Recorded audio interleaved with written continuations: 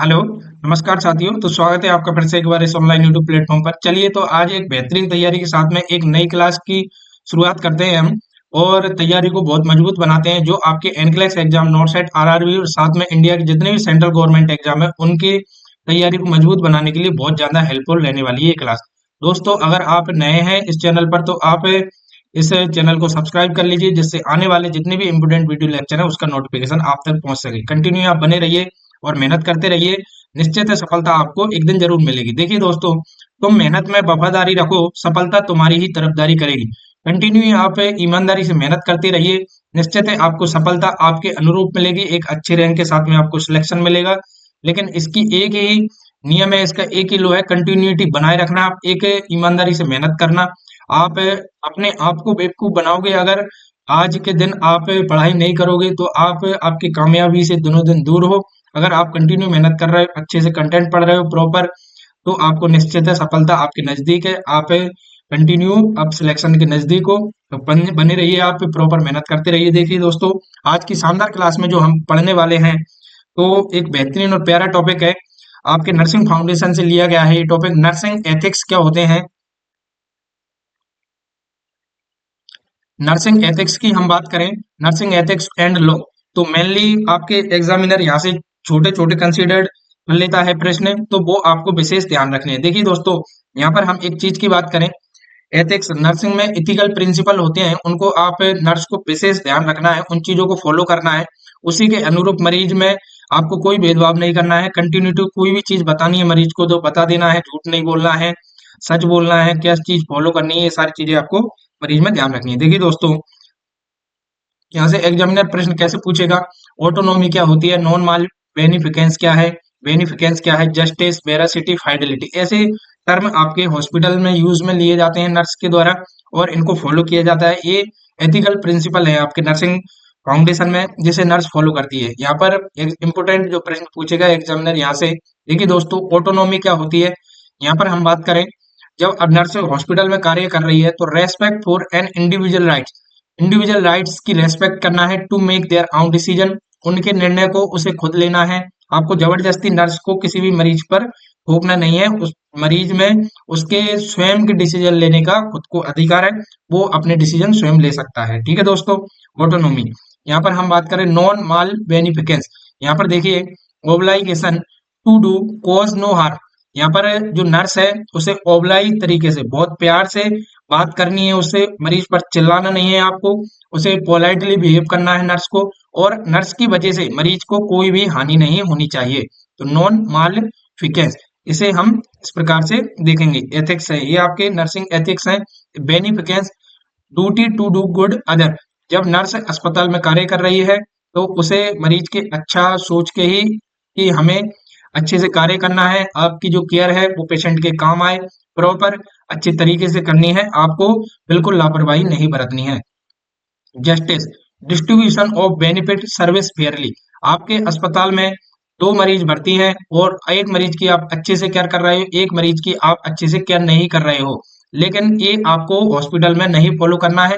आपको दोनों मरीजों को बराबर केयर प्रोवाइड करानी है, बराबर सर्विसेज प्रोवाइड करानी है, दोनों मरीजों में भेदभाव नहीं करना है, यही नर्स का जस्टिस है। तो दोनों मरीजों का अधिकार है, उन्हें बराबर केयर मिलनी चाहिए, उन्हें प्रॉपर अटेंशन मिलनी चाहिए। तो नर्स को यहाँ पर सर्विस फेयरली देनी है, मरीज को कोई भी भेदभाव नहीं करना है। वेरासिटी की हम बात करें, जब नर्स अस्पताल में कार्य कर रही है तो ऑब्लाइगेशन टू टेल द ट्रुथ, मरीज से झूठ नहीं बोलना है, उसे हमेशा सच बताना है। कभी भी नर्स मरीज को झूठ नहीं बोलेगी, हमेशा सच ही बताएगी। ठीक है दोस्तों, कोई भी फाल्स कंसेंट नहीं लेना है, किसी भी गलत चीज की इंफॉर्मेशन नहीं देनी है मरीज को, ये विशेष आपको ध्यान रखना है। फाइडेलिटी की हम बात करें, फॉलोइंग थ्रू विथ प्रॉमिस, यहाँ पर जब नर्स किसी पेशेंट से वादा करती है उसे कि हाँ हम ठीक करके देंगे आपको, तो कंटिन्यू एक झूठा वादा नहीं करना है, आपको केयर करनी है प्रॉपर। तो आपको एक विशेष प्रॉमिस जो आपने किया है तो उसे आपको फॉलो करना है, इससे मरीज को आपके ऊपर विश्वास बना रहे, भरोसा बना रहे। एक चीज होती है यहाँ पर हिप्पा। ठीक है दोस्तों, हिप्पा क्या है, यहाँ पर हम हिप्पा की बात करें, health insurance probability portability accountability act, यह क्या है, हेल्थ इंश्योरेंस है और अकाउंटेबिलिटी एक्ट है, जिसके थ्रू मरीज में विशेष उसके अधिकारों को वो फॉलो कर सकता है। जैसे कि देखिए, क्लाइंट रिकॉर्ड आर प्राइवेट। अस्पताल में हमेशा क्लाइंट के जो रिकॉर्ड हैं उनको प्राइवेट रखा जाता है। They have the right to ensure the medical information is not shared without permission. मरीज के बगैर परमिशन और उसके अधिकार के बिना आप उसकी मेडिकल जानकारी को किसी भी विभाग को या किसी भी आदमी को आप शेयर नहीं कर सकते मरीज के बगैर परमिशन के। तो आपको इम्पोर्टेंट ये चीज विशेष ध्यान रखनी है कि आपको प्राइवेसी बनाए रखनी है मरीज के साथ में, उसकी कोई भी मेडिकल इंफॉर्मेशन शेयर नहीं करनी है, विशेष ध्यान रखना है आपको, क्योंकि यह इप्पा को फॉलो करता है। All healthcare professional must inform the client how their health information is used। तो किसी भी मरीज की अगर आप इंफॉर्मेशन उपयोग में ले रहे हैं तो उसकी जानकारी हमेशा किसको होनी चाहिए? उस क्लाइंट को होनी चाहिए, मरीज को होनी चाहिए। आप उसकी बगैर परमिशन के किसी भी कंसेंट या किसी भी मेडिकल डॉक्यूमेंट का उपयोग दूसरी जगह नहीं कर सकते। Client has the right to obtain copy of their personal health information.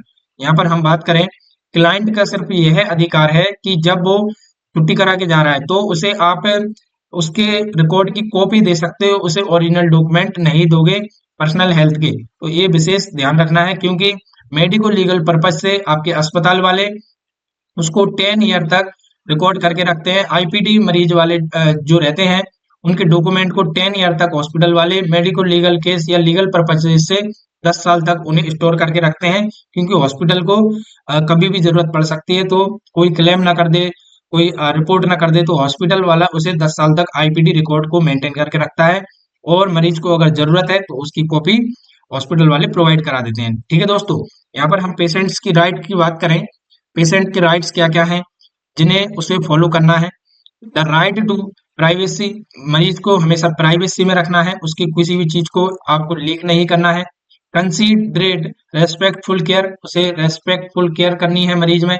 Be inform, सारी सूचना देनी है उसको, कोई भी अगर प्रोसीजर फॉलो कर रहे हो, नर्स या इंजेक्शन लगा रही है या दवा कितने बजे खानी है, डॉक्टर कितने बजे राउंड पे आएंगे, ये सारी इंफॉर्मेशन मरीज को दे देनी है। कब खाना खाना है, कब नहीं खाना है, ये सारी चीजें उसको आप जानकारी में रखेंगे। Know the name and roles of person you are involve in the care, तो सारी चीजें ये आपको पता होना चाहिए नर्स को, नाम मरीज का और उसके रोल क्या है, विशेष आपको उस चीज का ध्यान रखना है। अगर किसी मरीज की आप केयर कर रहे हैं तो उसके रोल्स पता होना चाहिए और मरीज के बारे में जानकारी होनी चाहिए। किसी दूसरे मरीज की केयर किसी दूसरे मरीज को नहीं करना है।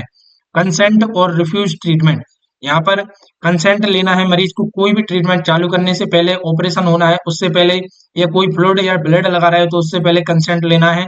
और रिफ्यूज ट्रीटमेंट, अगर मरीज रिफ्यूज कर रहा है ट्रीटमेंट को तो उस दौरान भी आपको कंसेंट लेना है, क्योंकि मरीज को यह अधिकार नहीं है कि वो ट्रीटमेंट ना ले। अगर वो रिफ्यूज कर रहा है तो आपको कंसेंट ले लेना है उस दौरान कि मरीज क्यों दवाई नहीं लगवा रहा है।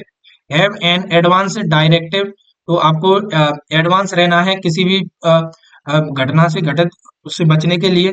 ऑब्टेन देयर आउन मेडिकल रिकॉर्ड एंड रिजल्ट, आपको हमेशा मेडिकल रिकॉर्ड और रिजल्ट्स दोनों को ऑब्टेन करके रखना है कि मरीज में क्या परिवर्तन आया है। जो कंटिन्यू केयर चल रही है उसके जो रिकॉर्ड है, उसकी लेबोरेटरी रिपोर्ट है, उनको फाइल में मेंटेन करके रखना है, आपको रिकॉर्ड करके रखना है। ठीक है दोस्तों, चलिए और क्या विशेष ध्यान रखना है, कंसेंट कब लेंगे आप, वेरी इंपोर्टेंट प्रश्न बनता है यहाँ से, एग्जामिनर प्रश्न पूछता ही पूछता है कितने प्रकार के कंसेंट होते हैं। देखिए दोस्तों, एडमिशन एग्रीमेंट, जब अस्पताल में मरीज आता है तो उस दौरान एडमिशन एग्रीमेंट लिया जाता है कि आप अस्पताल में भर्ती हो रहे हैं तो आपको हम ठीक तो करेंगे, लेकिन अगर आपकी हेल्थ को अगर कुछ और प्रभाव पड़ता है तो इसकी जवाबदारी अस्पताल की नहीं होगी। तो आप उसे एडमिशन एग्रीमेंट लेंगे जिस पर पेशेंट के साइन के साथ में उसके साथ आए हुए भाई बहन या गार्डियंस के साइन आप जरूर करा लोगे।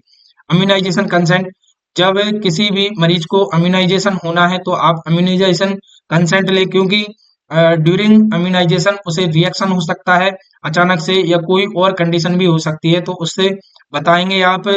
जब पेशेंट को इम्यूनाइजेशन लग रहा है तो आप उसे इम्यूनाइजेशन कंसेंट लेंगे।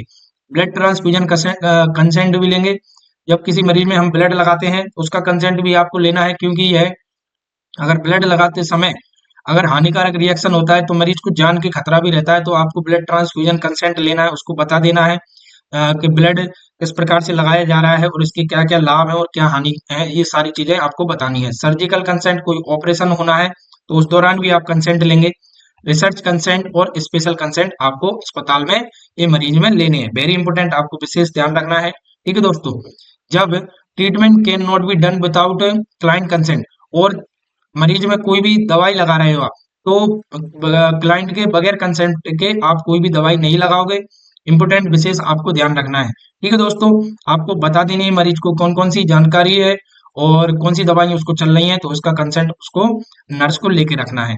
In the case of emergency when client can not give consent, अगर यहाँ से एग्जामिनर प्रश्न कैसे पूछेगा, अगर मरीज यहाँ पर इमरजेंसी कंडीशन में आया है लेकिन वो कंसेंट नहीं दे पा रहा है, साइन नहीं कर पा रहा है, तो उस दौरान आप क्या करेंगे? Then consent is employed through emergency law, तो इस दौरान आप क्या करेंगे? इमरजेंसी लॉ डिपार्टमेंट को इन्फॉर्म करोगे और कंसेंट लोगे, क्योंकि मरीज की जान को आपको बचाना है। ठीक है दोस्तों, तो आप उस दौरान क्या करेंगे? इमरजेंसी लॉ को फॉलो करोगे।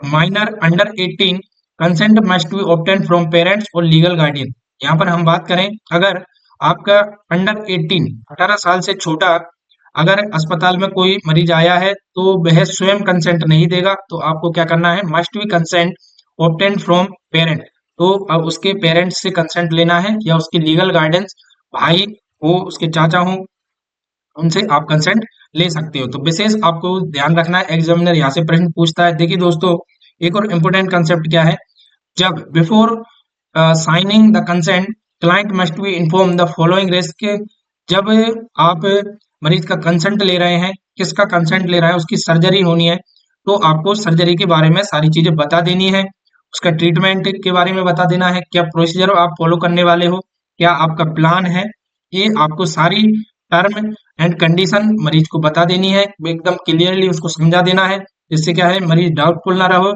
और उसको अच्छे से केयर दी जा सके। ठीक है दोस्तों, तो आज के इस शानदार क्लास में आपने सीखा इथिकल प्रिंसिपल्स क्या होते हैं, हिप्पा क्या है, पेशेंट राइट क्या है, कंसेंट आप कौन कौन से लोगे और ड्यूरिंग कंसेंट आपको किन किन चीजों का विशेष ध्यान रखना है। ठीक है दोस्तों, आज की क्लास आपके लिए हेल्पफुल रहेगी, आप इनके प्रॉपर नोट्स बनाइए और आप रिवाइज करिए, आपको अच्छे से ये चीज समझ में आएंगी और यहाँ से इंपोर्टेंट प्रश्न आपके एग्जाम में आपको देखने को मिलता है। मिलते हैं अगले वीडियो लेक्चर में। आप यहाँ इस वीडियो को लाइक कर दीजिए, शेयर कर दीजिए आपके दोस्तों के साथ में, और नए हैं तो इस चैनल को सब्सक्राइब कर लीजिए, जिससे आने वाले जितने भी इंपोर्टेंट वीडियो लेक्चर है उसका नोटिफिकेशन आप तक पहुंच सके। ठीक है, धन्यवाद दोस्तों।